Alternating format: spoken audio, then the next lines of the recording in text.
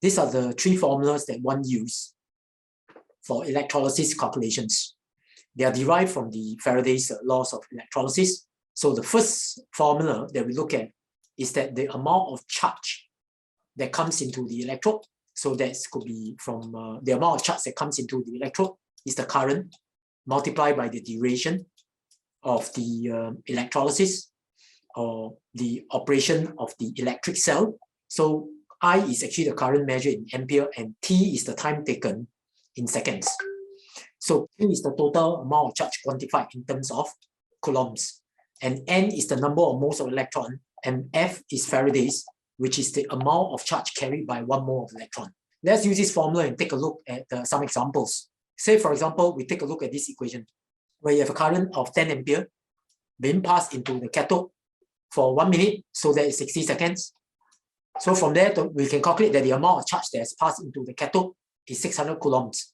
And based on 600 coulombs, we can now calculate the number of moles of electron that has been in the reduction reaction, multiplied by Faraday, and Faraday, based on the data booklet, is 96,500 coulombs per mole. So with 600 coulombs, that will manifest itself as a certain number of moles of electron multiplied by Faraday's, which is the charge carried by 1 mole of electron. So from there, we can calculate the number of moles of electron is about 0.0062 mole. And looking at the equation whereby 2 moles of electron produces 1 mole of hydrogen gas, that will allow us to conclude that 0.0031 mole of hydrogen gas has been produced, assuming it's at room temperature and pressure. And we can multiply this number by 24 dm cube multiplied by 1000, and that will give us a volume of about 75 cm cube of hydrogen gas produced. Okay, let's take a look at another example. In this example, we'll be looking at the reduction of your Cu2 plus to copper. In this case, we will also pass through 600 coulombs of charges, and the number of moles of electrons for that is equivalent to 0.0062 mole. And given that 2 moles of electron produces 1 mole of copper, the number of moles of copper formed will also work out to be 0.0031 mole. And multiplied by the relative atomic mass, 63.5, we'll be able to get that the mass of copper discharge is 0.2 grams. And with that, let's take a look at the second formula. The second formula is Faraday's is equal to Avogadro constant multiplied by electron. So for this, let us take a look at this example. In this experimental setup that we have, the idea is to pass a current. The idea is to pass a constant current and enable electrolysis of your copper 2 sulfate. Specifically at the cathode, we want to be able to determine the mass of copper that's deposited during the electrolysis, and from there to derive a Faraday's constant, and from the Faraday's constant we will then derive the Avogadro's constant. During this experiment, we will set up an electrolytic cell with a battery and a rheostat to ensure that the current flowing through the electrolytic cell is constant during the duration of the electrolysis. So once the switch is closed, the stopwatch is started, and the rheostat is used to ensure that the current is kept constant.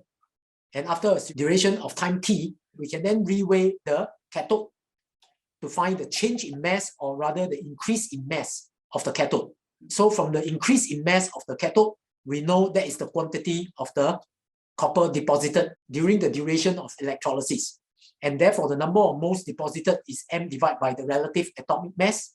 And given that 1 mole of copper will need 2 moles of electron, it works out that the number of moles of electrons needed is 2m divided by 63.5.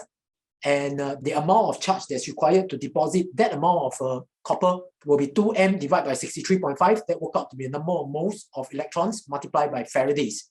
And that will be equal to I, which is the current that is passing through the electrolytic cell during the electrolysis, and T is the duration of the electrolysis. So using this equation, we're now able to calculate the Faraday's constant. And understanding that the Faraday's constant is equal to Avogadro's constant multiplied by charge of single electron, which is 1.6 times 10 to the power minus 19 coulomb. Data is available in the data booklet. We can then apply that to determine the Avogadro's constant in this expression. So let us take a look at some graphs. In this graph itself, it is expected that current I is larger than current I2. Since for a similar time t, it is expected a higher current will lead to a higher mass of product being formed. In this second graph of the mass of products produced on electrolysis versus time, you will see that after time t0, for example, the mass of your copper being discharged from electrolysis of your copper 2 sulfate is constant. It can no longer increase further, and that occurs when all the copper 2 plus in the electrolyte has been completely reduced and discharged as copper. So one need to take note that Faraday's law of electrolysis no longer applies under these conditions. It only applies when the mass of product formed is directly proportional to the time. In this graph, it is noted that in the electrolysis to discharge Cu2 plus and Al3 plus using the same current, you will find that Cu2 plus will discharge faster. Let's take a look at why.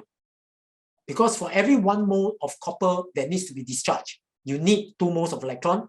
For every 1 mole of aluminium, you need 3 moles of electron. Given that the current is the same to discharge both copper and aluminium, we can, for example, say that the total amount of charge passing through is equivalent to 6 Faradays. So that is equivalent to 6 moles of electron.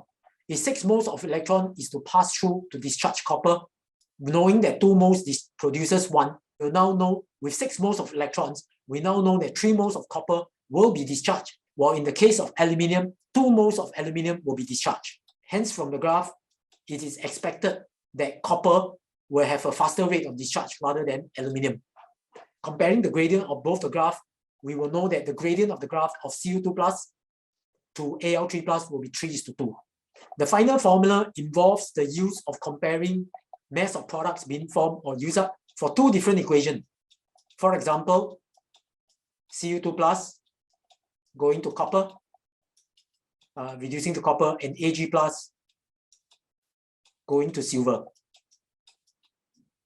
If we were to pass the same current for both the electrolysis of these 2 equations and the mass of copper and Ag will collect thereafter, we can then use this formula to work out the ratio of your copper that has been deposited vis-a-vis that of your silver.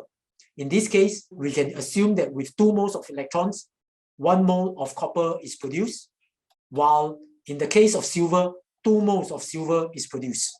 So with that, we will now be able to work out the mass ratio of copper is to silver by putting in the relative atomic mass of your copper as 63.5 and the relative atomic mass of your silver as 107.9. So with this formula, we can very quickly work out the ratio of copper to silver being discharged.